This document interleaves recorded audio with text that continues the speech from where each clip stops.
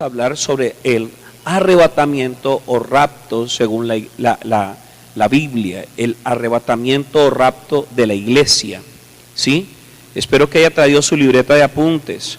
En vista de que las personas están con esa curiosidad de que cuándo va a ser y cuándo va a ser el día y la fecha y todas esas cosas, cabe anotar de que el mismo Jesús decía este aspecto, en este aspecto decía algo muy delicado. Dice que ni él sabe el día, que solamente el Padre conoce el día y la hora. Y aparte de eso le añadía lo siguiente, decía que como ladrón en la noche. La pregunta es, si Jesús dice como ladrón en la noche, ¿por qué hay gente argumentando fechas? Diciendo para tal día. Cuando la Biblia dice que todo ojo le verá, referente a la segunda venida de Cristo. Porque hay gente que argumenta fechas. ¿Sí? Que las señales del fin se están cumpliendo, sí. Que las señales del fin se están cumpliendo, sí. Pero respecto al rapto de la iglesia y las señales del fin, y referente al tema de escatología, ¿qué debemos hacer nosotros como iglesia? ¿Estar preocupados? ¿Sí? La verdadera preocupación nuestra referente a esos hechos del final de los tiempos es que nosotros debemos ser hallados santos para la gloria de Dios. Esa debe ser nuestra única preocupación. ¿Sí? Señor, yo quiero irme contigo en el rapto. A mí como cristiano no me debe importar el día o la hora. Lo importante es que el día y la hora que se den, yo pueda ir con Él. Eso es lo que importa. ¿Amén o no amén? Lo relevante no es la fecha, ni el día, ni la hora. Lo relevante es que yo, el día que pase, yo pueda participar con Él. ¿Sí? Dígale que esté a su hermano, no deje de estar preocupado por fechas.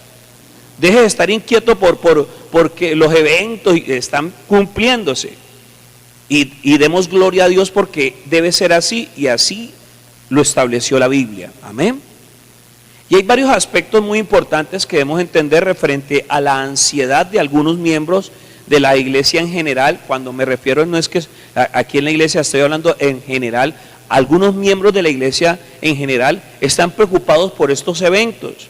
En Hechos capítulo 6, versículos 6 al 11, la palabra del Señor nos dice lo siguiente, que es un texto clave referente a lo que acabamos de anunciar. ¿Sí? Recuerde, ¿qué es el arrebatamiento o rapto de la iglesia? ¿Sí? El rapto o arrebatamiento de la iglesia. Dice aquí la palabra del Señor. Entonces los que se habían reunido le preguntaron diciendo, Señor, ¿restaurarás el reino a Israel en este tiempo? Y él les dijo, no os toca a vosotros saber los tiempos o las sazones que el Padre puso en su sola potestad. Oiga, vuelvo y repito, no os toca a vosotros saber los tiempos o las sazones que el Padre puso en su sola potestad. Hay gente que se jacta argumentando fechas, poniendo, ¿sabe para qué? Para ganar rating, para que les den me gusta en sus videos. Pero la Biblia está hablando y el mismo Jesús está diciendo, hermano, eso no les compete a ustedes.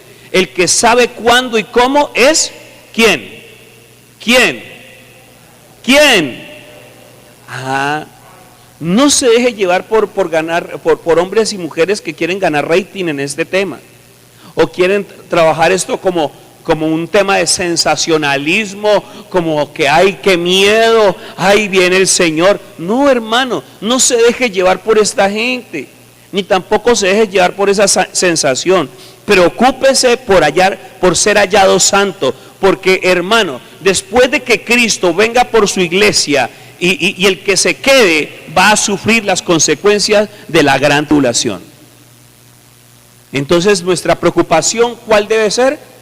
Que el día en que Él venga yo esté en Él y con Él.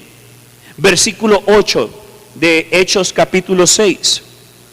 Pero recibiréis poder cuando haya venido sobre vosotros el Espíritu Santo y me seréis testigos en Jerusalén, en toda Judea, en Samaria y hasta lo último de la tierra. O sea que para el Señor O sea, para nosotros no debe ser relevante cuándo viene.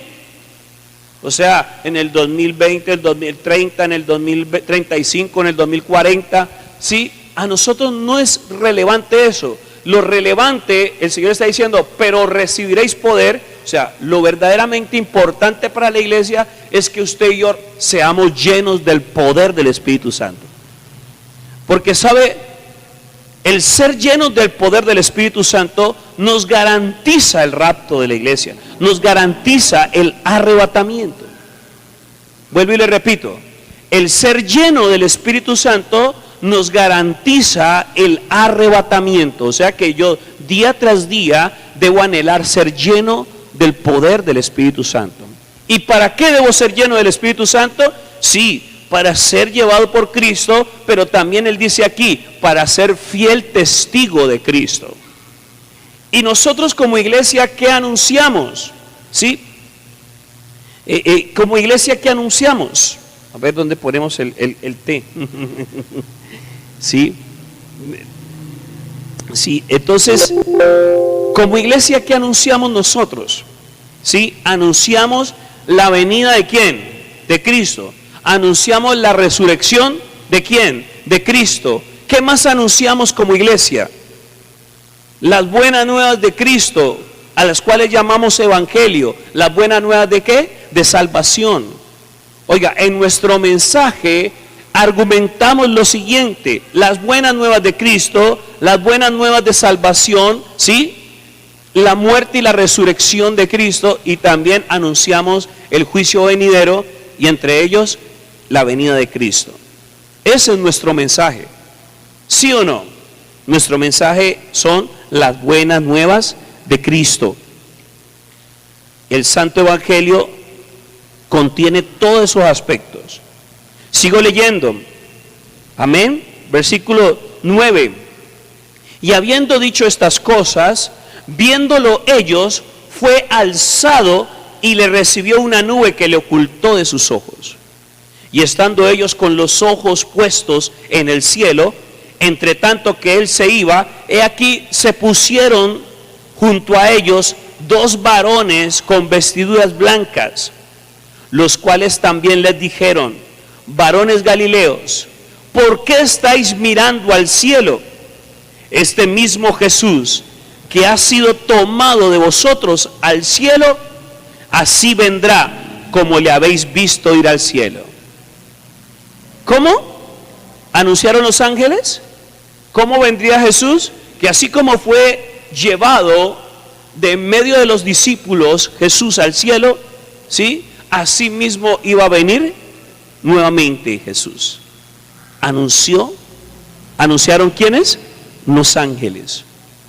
Unos ángeles anunciaron de que Cristo iba a regresar de las nubes. ¿Cuándo? Jesús lo dice, lo aclara: no os toca a vosotros saber los tiempos o las sazones. Simplemente a nosotros nos quedaron ¿qué? Las señales. ¿Qué nos quedaron a nosotros? Las señales. Dígale al que esté a su lado: la venida de Cristo la interpretamos por las señales. No hay fecha, no hay tiempo ni sazones. El Padre ha ocultado este evento a los ojos de los hombres, y Jesús lo estableció de una manera muy delicada, argumentando de que la iglesia tiene que estar apercibida, porque la venida va a ser como ladrón en la noche. O sea que el día menos esperado nos va a llevar. A algunos los va a sorprender, porque hay gente que no se ha preocupado por llevar una vida en santidad. A algunos los va a sorprender, y por eso hay una interpretación de ese evento también referente a las 10 vírgenes. ¿Se acuerdan? Unas fueron apercibidas y otras estaban cabeceando y se durmieron. ¿Sabe qué significa eso? Que la mitad de la iglesia, o la gran mayoría de la iglesia, están apercibidos, sí, firmes, fieles, en integridad, andando de acuerdo a la voluntad de Dios, no andando de acuerdo al mundo, al alma, a lo que yo quiero hacer, sino que andan de acuerdo a Jesucristo. Y otros andan como caigan. Es decir, son cristianos, pero andan como caigan. Dicen ser, pero andan como caigan. Pero hay unos que dicen ser y lo son. Y son apercibidos y andan de acuerdo a lo que Dios ha establecido. ¿Sí? Jesús habla de que en el día del rapto uno será tomado y el otro será dejado. Que dos estarán en un molino, el uno será tomado y el otro será dejado. Dos estarán en el campo, que el uno será tomado y el otro será dejado. ¿Sabe qué significa eso? Es un dato estadístico que habla claramente de que hay gente que se va a quedar, gente de la iglesia que se va a quedar en la gran tribulación. Los que aceptamos el sacrificio de Cristo y vivimos por el sacrificio de Cristo y vivimos por los mandamientos de Dios y para Dios, no vamos a tener que pasar por los que se van a quedar en la gran tribulación. Porque para eso fue más que suficiente el sacrificio de Jesús. El sacrificio de Jesús, el derramamiento de la sangre de Jesús, cubre nuestras vidas de tener que derramar sangre. Que nosotros tengamos que derramar sangre por nuestra salvación. Los que se quedan en la gran tribulación, los que no se van en el rapto de la iglesia o en el arrebatamiento, van a tener que pagar con su propia sangre. O sea, se habla de que van a haber unas guillotinas para aquellos que no acepten la marca de la bestia y van a pagar las consecuencias de no aceptar el sello de la bestia en el tiempo de la gran tribulación. ¿Y cómo lo van a pagar? Con su propia sangre. Van a ser decapitados. Tremendo esto. Más adelante vamos a darnos cuenta si los creyentes que no perseveraron para irse con Cristo se van a salvar después de la gran tribulación. Nos vamos a dar cuenta más adelante en otro estudio. Hoy vamos a hablar solamente del arrebatamiento y el rapto de la iglesia. En Mateo capítulo 24, versículos 37 al 40, Mateo capítulo 24, versículos 37 al 40, dice la palabra del Señor: mas como en los días de Noé, así será la venida del Hijo del Hombre. Porque como en los días antes del diluvio estaban comiendo y bebiendo, casándose y dándose en casamiento, hasta el día en que Noé entró en el arca, y no entendieron hasta que vino el diluvio y se los llevó a todos, así será también la venida del Hijo del Hombre. Entonces estarán dos en el campo, el uno será tomado y el otro será dejado. Habla aquí claramente de un evento también casi apocalíptico, ¿sí? Y catastrófico, que marcó un juicio divino en contra del paganismo y en contra del pecado. En el tiempo de Noé, Dios ordenó a Noé en una era en donde esa generación no había conocido lluvia. Óigalo bien, ¿por qué es tan importante esta relación con lo de Noé?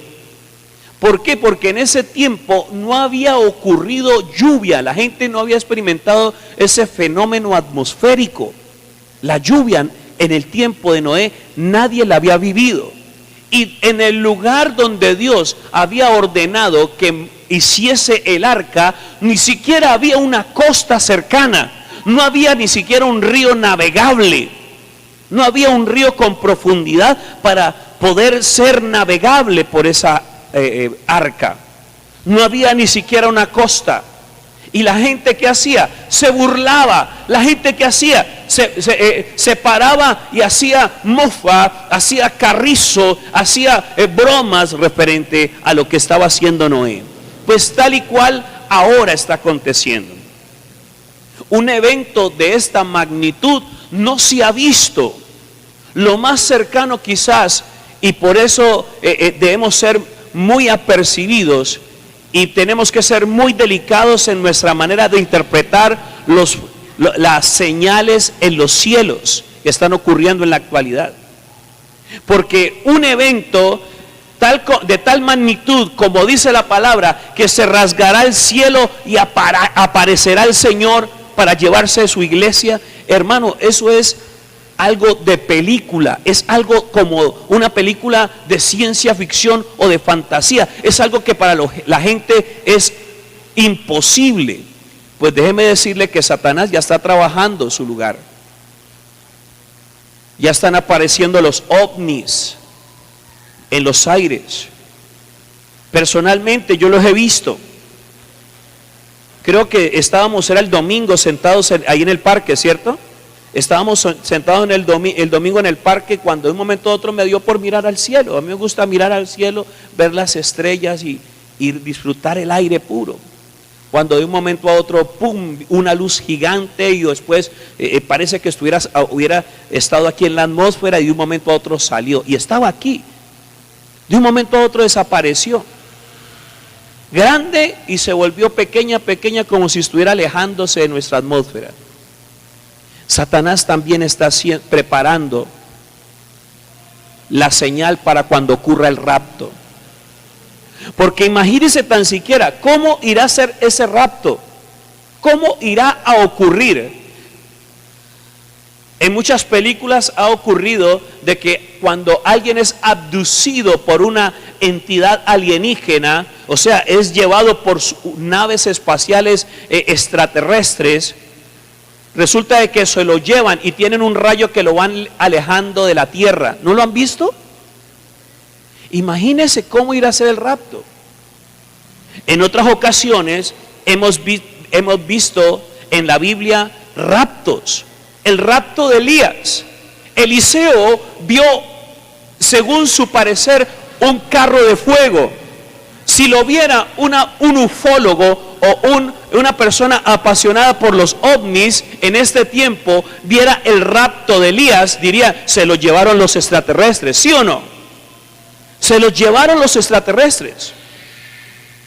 Pues déjeme decirle que el nuevo orden mundial y todo lo que está preparando el proyecto Blue Beam es encaminándose a eso, para que cuando ocurra el rapto de la iglesia, porque va a ser un evento mundial, van a salir a argumentar que nos llevaron los extraterrestres.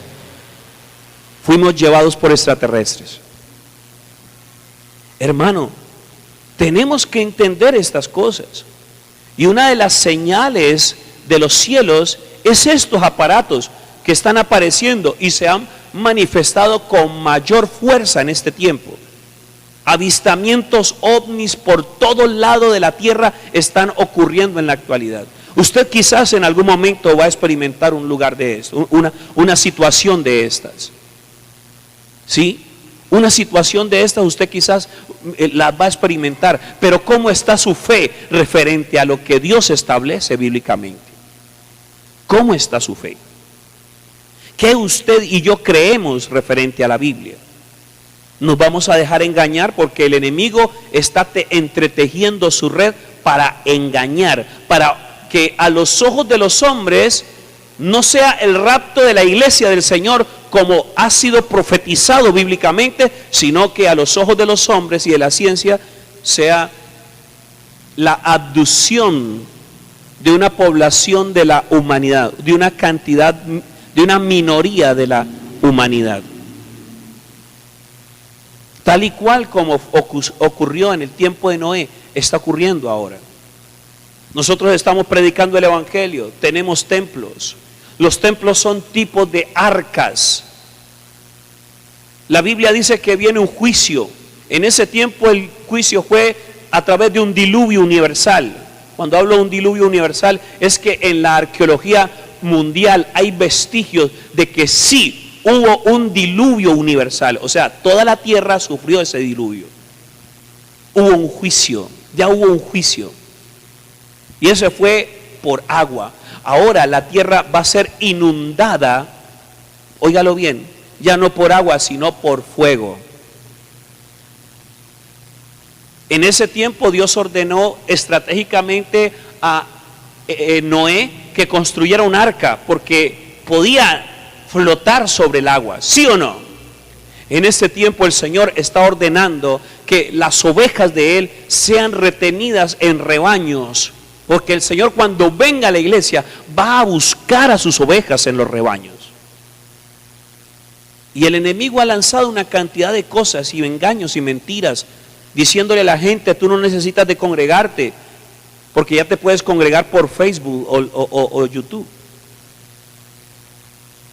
Y el Señor mismo, que instituyó el rebaño y el ministerio, ha ordenado de que Él viene a buscar sus ovejas en rebaños. Él viene a buscar sus ovejas en rebaños. Él las va a juntar de todo el lugar de la tierra. ¿Y sabe cuál es el propósito? Para evitarle a sus redimidos por su sangre divina el juicio tan tremendo que está por venir sobre la tierra. Y ya no es por agua, sino que la tierra va a ser anegada por fuego, qué sé yo, una lluvia de meteoritos, qué sé yo, una gran erupción solar. En estos días han venido ocurriendo frecuentemente erupciones solares. No sé si usted ha experimentado en este tiempo el mal servicio de internet, el mal servicio de los datos de las telecomunicaciones que usamos, o de un momento a otro se te fue la llamada. Es por causa de estas erupciones solares que afectan nuestro campo electromagnético de la tierra. Pero son señales. ¿Son qué? Señales que nos advierten de que estamos día a día aproximándonos hacia el fin.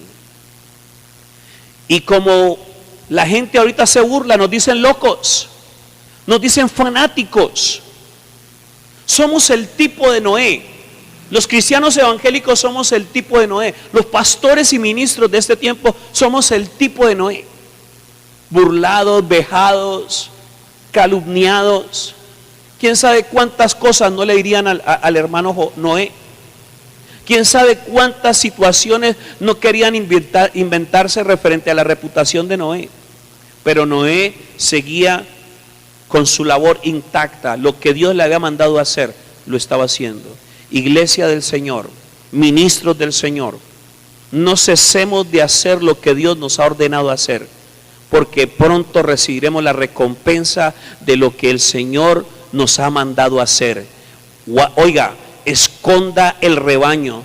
Dios va a poner ovejas a tu cargo para que las guardes hasta que Él venga. Dios te está diciendo hoy: te estoy poniendo este rebaño para que lo guardes hasta el día en que yo venga, porque hay una recompensa para los que están guardando el rebaño del Señor. ¿Cuántos lo creen? Aleluya. Primera de Corintios capítulo 15, 51-57. Primera de Corintios capítulo 15, 51 al 57. Dile al que está ahí a tu lado: muy pronto van a ser cerradas las arcas. Mucha gente de pronto estará diciendo: que se callen esos evangélicos. Ojalá que se callaran. Tranquilos, no se preocupen, ya muy pronto no volverán a escucharnos. Ya muy pronto no seremos más molestos para ustedes. ¿Y qué, pastor? ¿Y qué vamos a hacer con el templo? Pues yo no sé, porque yo voy a estar con el Señor. Acá que si quiere lo usen de bodega, porque ya no va a ser necesario este lugar. ¿Cuántos lo creen? Una vez la iglesia sea levantada de esta tierra, los templos van a pasar a ser bodegas. Quizás guarida de ratas y de gatos.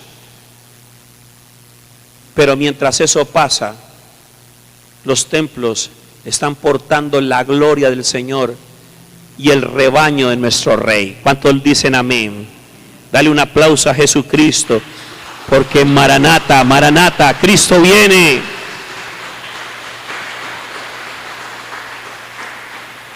Primera de Corintios capítulo 15 versículos 51 al 57 dice la palabra del Señor: he aquí os digo un misterio, no todos dormiremos, pero todos seremos transformados en un momento y en un abrir y cerrar de ojos, a la final trompeta, porque se tocará la trompeta y los muertos serán resucitados incorruptibles y nosotros seremos transformados, porque es necesario que esto corruptible se vista de incorrupción y esto mortal se vista de inmortalidad.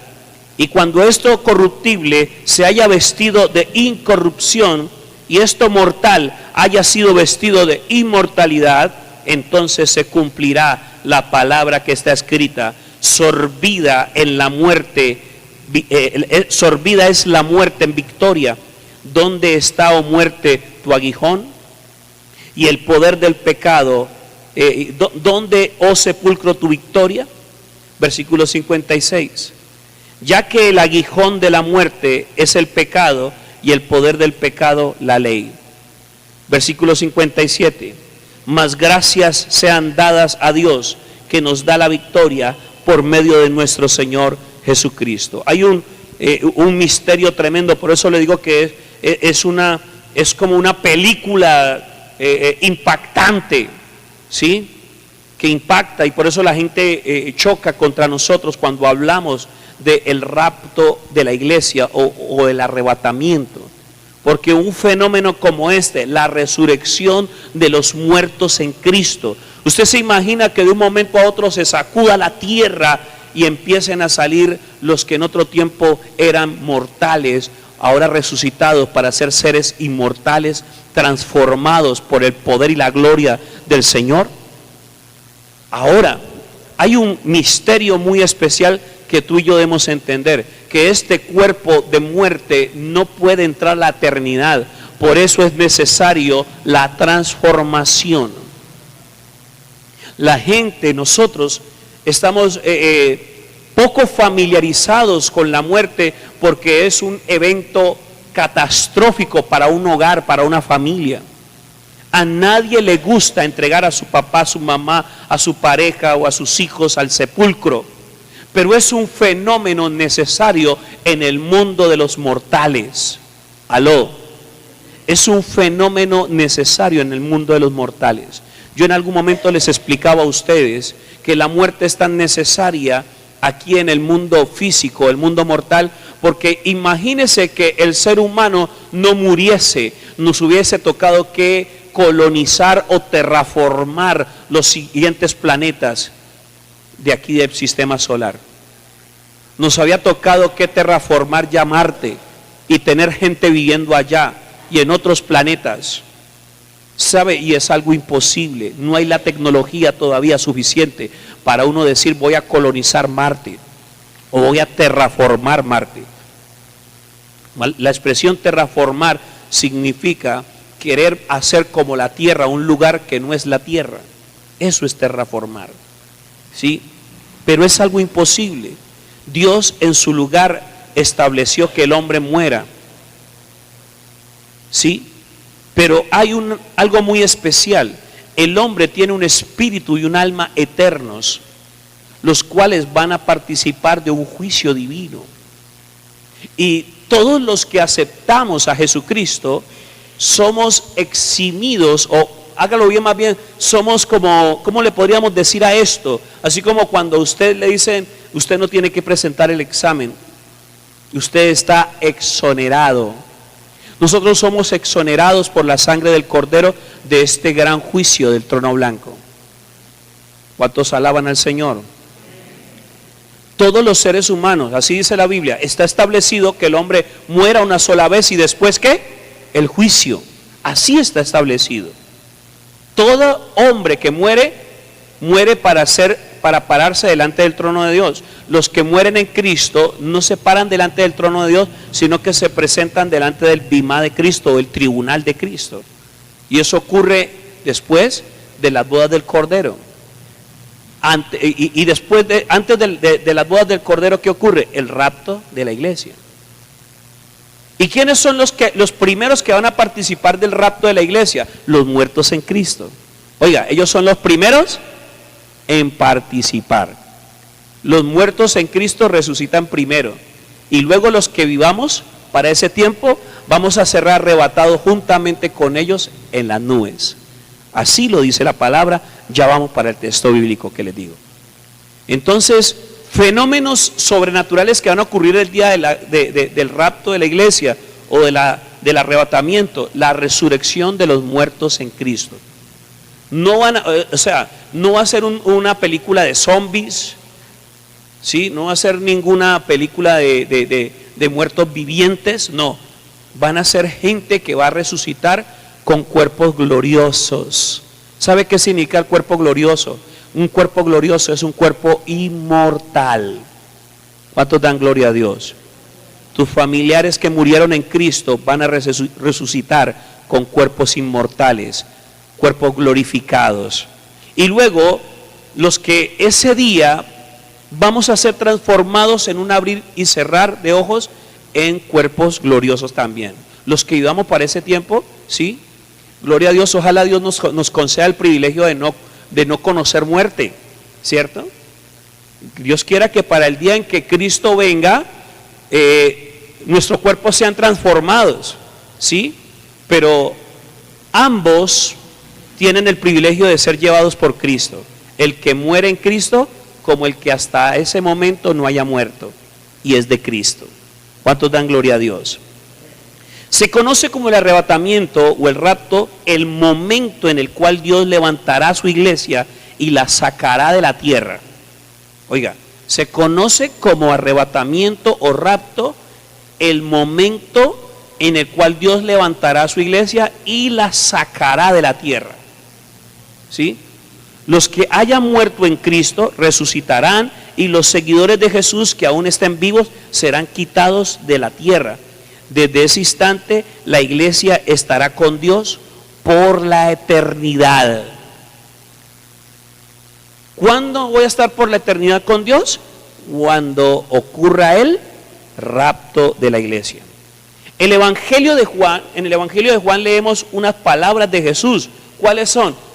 Juan capítulo 14, versículos 1 al 3. Juan capítulo 14, versículos 1 al 3. Lo leo en una versión mucho más sencilla. Dice: no se angustien, confíen en Dios y confíen también en mí. En la versión Reina Valera 1960 dice: no se turbe vuestro corazón. Pero aquí me gusta más esta expresión: no se angustien, confíen en Dios y confíen también en mí. En el hogar de mi Padre hay muchas viviendas. Si no fuera así, ya os lo habría dicho a ustedes. Voy a prepararles lugar, y si me voy y se los preparo, vendré para llevármelos conmigo. Así ustedes estarán donde yo estoy. Así ustedes estarán donde yo estaré.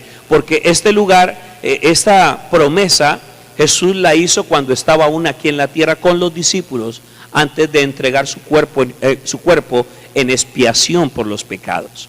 O sea, aún Cristo no había sido entregado a muerte cuando hizo esta promesa a los discípulos, y también nos hace esa promesa a nosotros. Él en este momento está preparando el lugar para ti y para mí. Él ha dicho: yo voy al cielo, voy al lugar de mi Padre, en donde hay muchas moradas, y en ese lugar les estoy preparando lugar a ustedes, porque yo voy a volver por mi iglesia, dice el Señor. Yo vuelvo por mi iglesia y la voy a llevar a ese lugar que estoy preparando para ella. Aleluya, gloria al Señor. El Señor está preparando morada para usted. Amén. ¿Cuántos se alegran? Dígale al que esté a su lado: no se angustie. Si algún familiar en Cristo ha muerto, no se angustie. Sí, lleve su duelo. Hay que respetarle a la gente su duelo, ¿sí? Pero nosotros tenemos esperanza, no como los demás. Hay gente que no tiene esperanza. Tú y yo tenemos esperanza de resurrección si morimos. Tú y yo tenemos esperanza de salvación. Tú y yo tenemos la esperanza de una morada eterna. Amén. Gloria al Señor. ¿Cuántos dan la gloria a Dios? Vamos a otro texto bíblico. Espero que usted esté atento a cada texto bíblico. Segunda de Tesalonicenses, Primera de Tesalonicenses, Primera de Tesalonicenses, capítulo 4, versículos 16 al 17. Esta es la referencia, otra referencia bíblica referente a la resurrección de los muertos. El apóstol Pablo les habla a la iglesia de Tesalonicenses, una iglesia muy perseguida, una iglesia que estaba sufriendo la pobreza y la persecución a muerte. Les da una promesa de parte de Dios, y es esta: Primera de Tesalonicenses 4, 16 al 17. El Señor mismo descenderá del cielo con voz de mando, con voz de arcángel, con trompeta de Dios, y los muertos en Cristo resucitarán primero.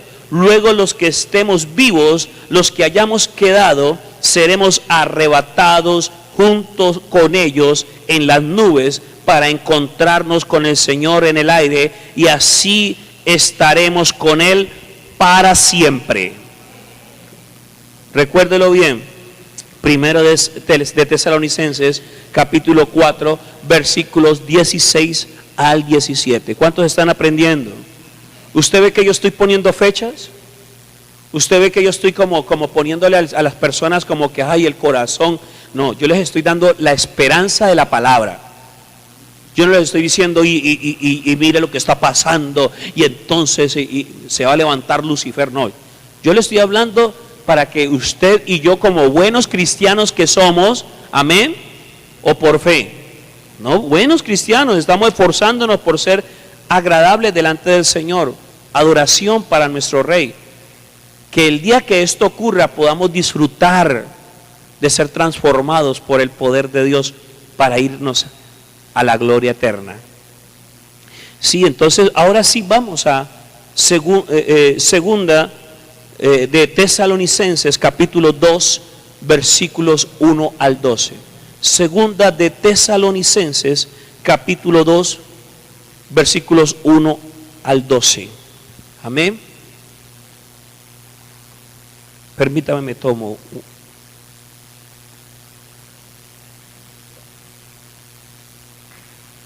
Gloria al Señor. Dice allí en segunda de Tesalonicenses, capítulo 2, versículo 1 al 12. Pero con respecto a la venida de nuestro Señor Jesucristo y nuestra reunión con Él, os rogamos, hermanos, que no os dejéis mover fácilmente de vuestro modo de pensar, ni os conturbéis, ni por espíritu, ni por palabra, ni por carta, como si fuera nuestra, en el sentido de que el día del Señor está cerca. Miren, aquí el apóstol Pablo, yo creo que en ese tiempo había gente también alarmista. En ese tiempo había gente alarmista como en la actualidad hay gente alarmista. ¿Usted está buscando del Señor para irse con el rapto o usted está buscando del Señor porque le ama? Aquí es donde tenemos que definir eso. Porque es que no, yo estoy buscando a Dios porque yo no quiero quedarme en la gran tribulación. No, hermano, ese no es el verdadero propósito y ese no es el sentido. Yo busco de Dios porque le amo, porque Él me amó a mí primero.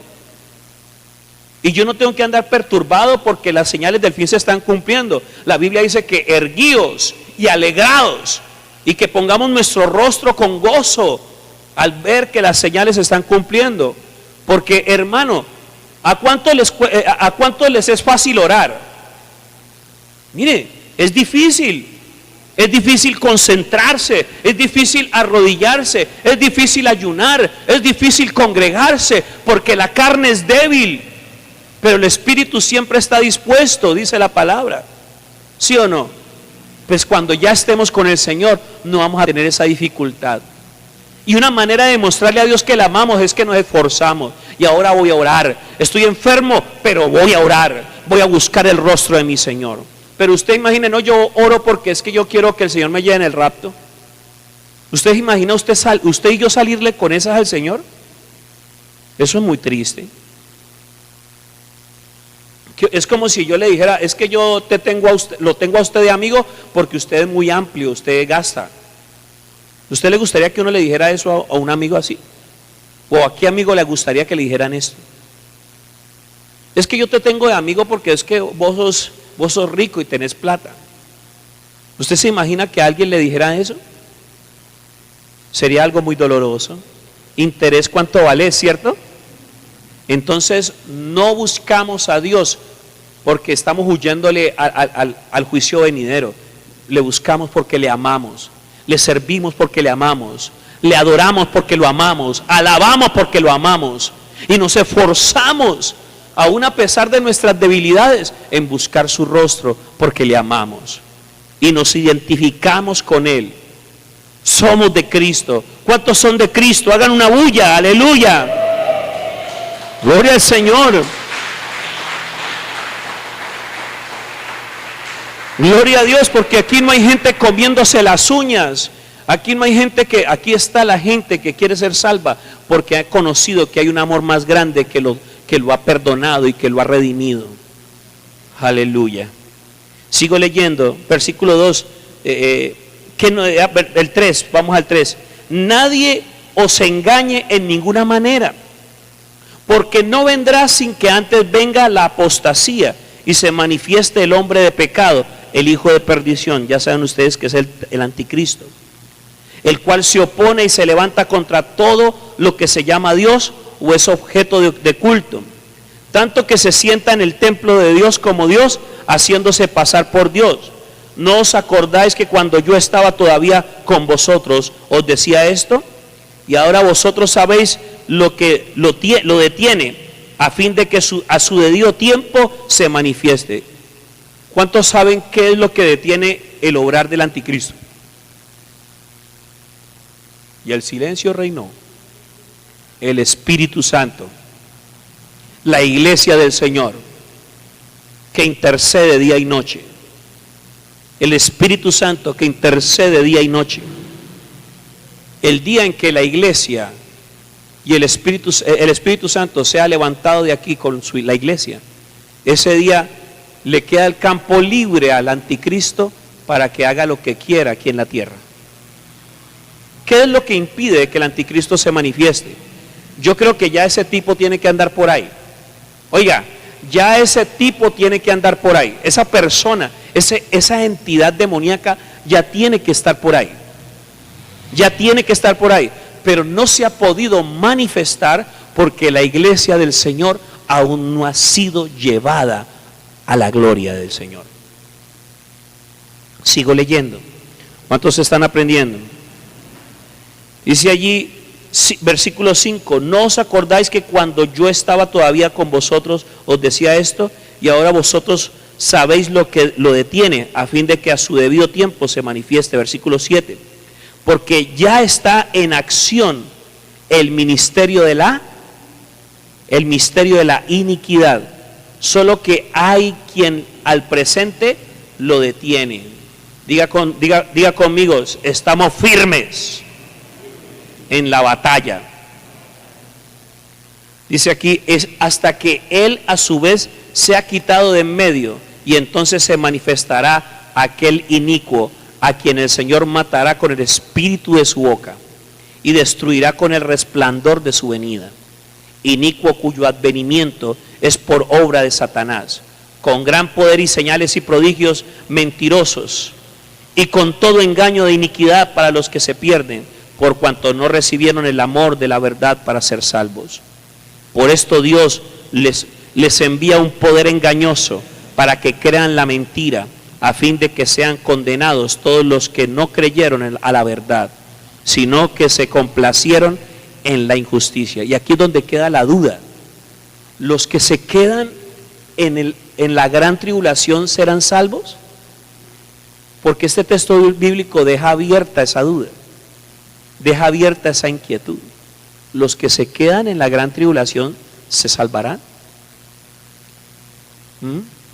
Ahora, dice que antes de que venga Cristo se debe manifestar la apostasía, se debe manifestar una cantidad de señales. Hay gente que en la actualidad eran muy claros en doctrina, y ahorita están saliendo con unos disparates y están siendo engañados y están engañando a otros, ¿cierto? Ustedes los han conocido. Quizás aún hay personas que entre nosotros eran tremendos, servían, eran consiervos, pastores, qué sé yo, gente de renombre que servía en la obra del Señor, conocidos, líderes, ministros del Señor, y ahorita están saliendo con cosas raras. Y juran y rejuran que lo que están haciendo ahora es ver la verdad. Es la manifestación de la apostasía que Dios está diciendo en la actualidad. Se está viviendo. Y son señales antes del fin. Son señales antes del arrebatamiento. El misterio de la iniquidad ya está operando entre nosotros. Ya se está manifestando. El apóstol Pablo hablaba del carácter del hombre del postrer tiempo. ¿Sí? Está escrito en 2 de Timoteo capítulo 3. El carácter del hombre del postrer tiempo. Una cantidad de cosas se está manifestando en la actualidad. En estos versículos Pablo anima a los creyentes de Tesalónica hablándoles sobre el fin de los tiempos. Dentro de la iglesia había algunos que preguntaban qué pasaría con los creyentes que murieran antes de que Jesús regresara a buscar a su iglesia. Mire, en ese tiempo surgían preguntas. En la actualidad surgen preguntas. Es bueno que usted tenga interrogantes, pero sí es bueno, pero no está bien que usted busque en la fuente incorrecta. Es bueno que usted tenga interrogantes, pero es mucho más bueno cuando usted va a la Biblia y escudriña las Escrituras por el poder del Espíritu Santo. Es bueno cuando usted busca a alguien que le enseñe esto con total sinceridad, no buscando ser vanagloriado. Amén.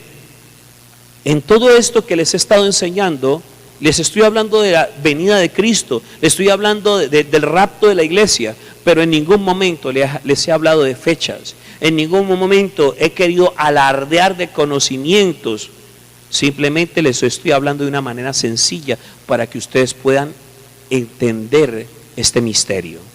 Amén. En 2 de Timoteo capítulo 4, versículo 8, dice la palabra del Señor: por lo demás, me está guardada la corona de justicia, la cual me dará el Señor, juez justo, en aquel día. ¿Cuál día?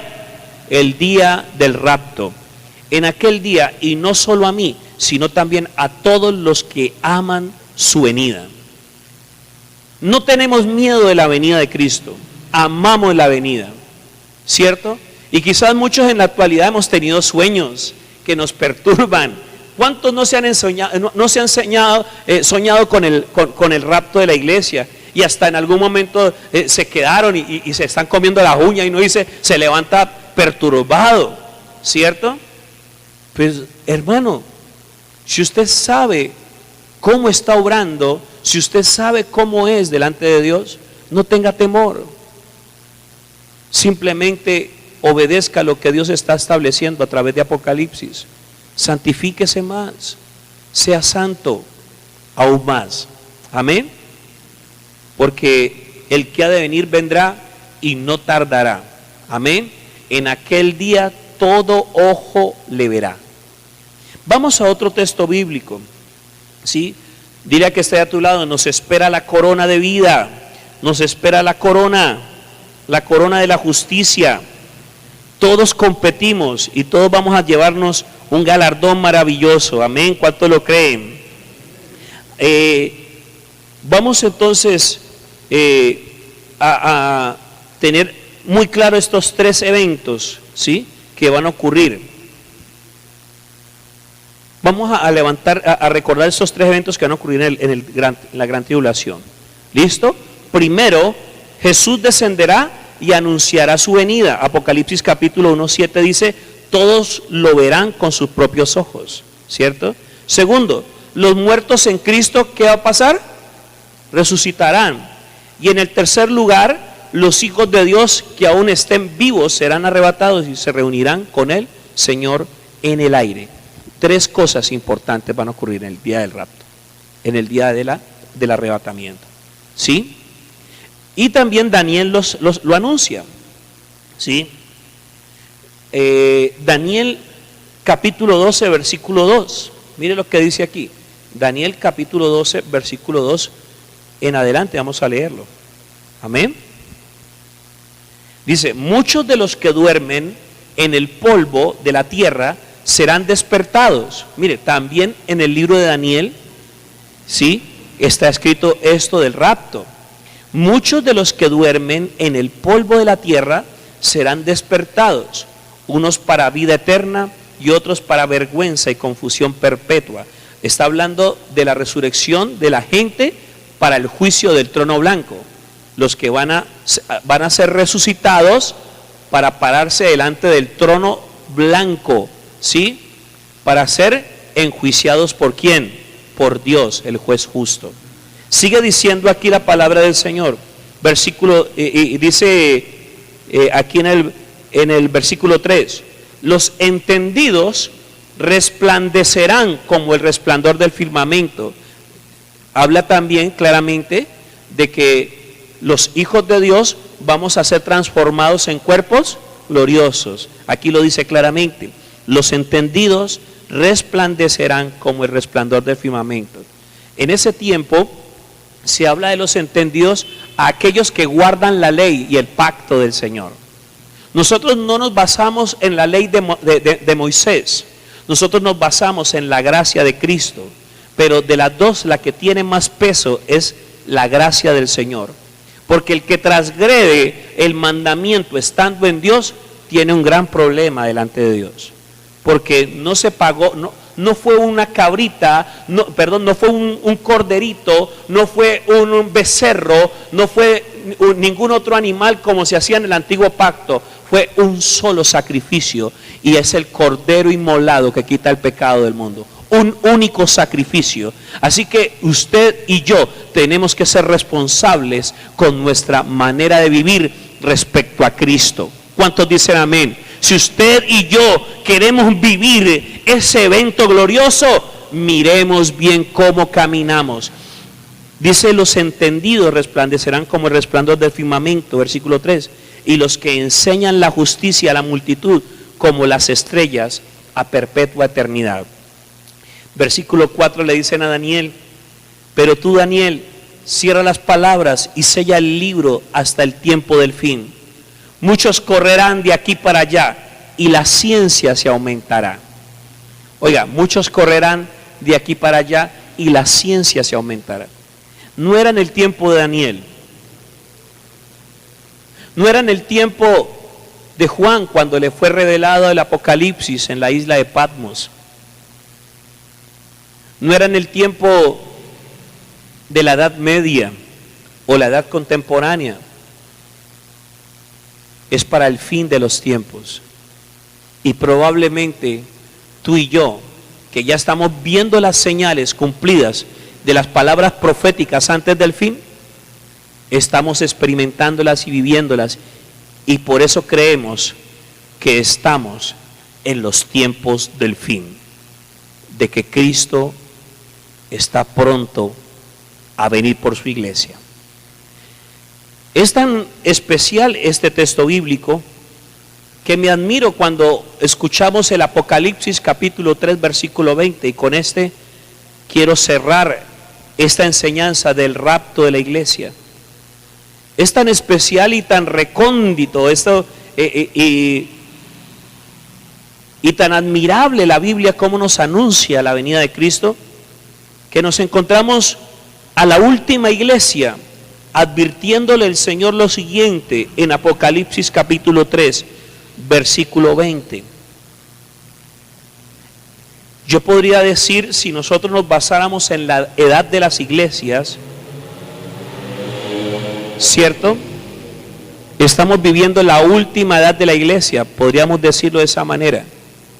¿Y qué le dice el Señor en exhortación a la iglesia? ¿Qué está viviendo la iglesia en este tiempo? Lastimosamente le digo, en la actualidad hay mucha iglesia, mucha denominación que ha caído en tibieza espiritual, en liviandad espiritual. Y si yo les leo la carta completa, dice lo siguiente en versículo 14 la carta del Señor a la iglesia de la Odisea. Le dice: y escribe el ángel de la iglesia de la Odisea: he aquí el amén y el testigo fiel y verdadero, el principio de la creación de Dios, dice esto: yo conozco tus obras, que ni eres frío ni caliente. Ojalá fueses frío o caliente. Pero por cuanto eres tibio y no frío ni caliente, te vomitaré de mi boca. Porque tú dices: yo soy rico y me he enriquecido y de ninguna cosa tengo necesidad.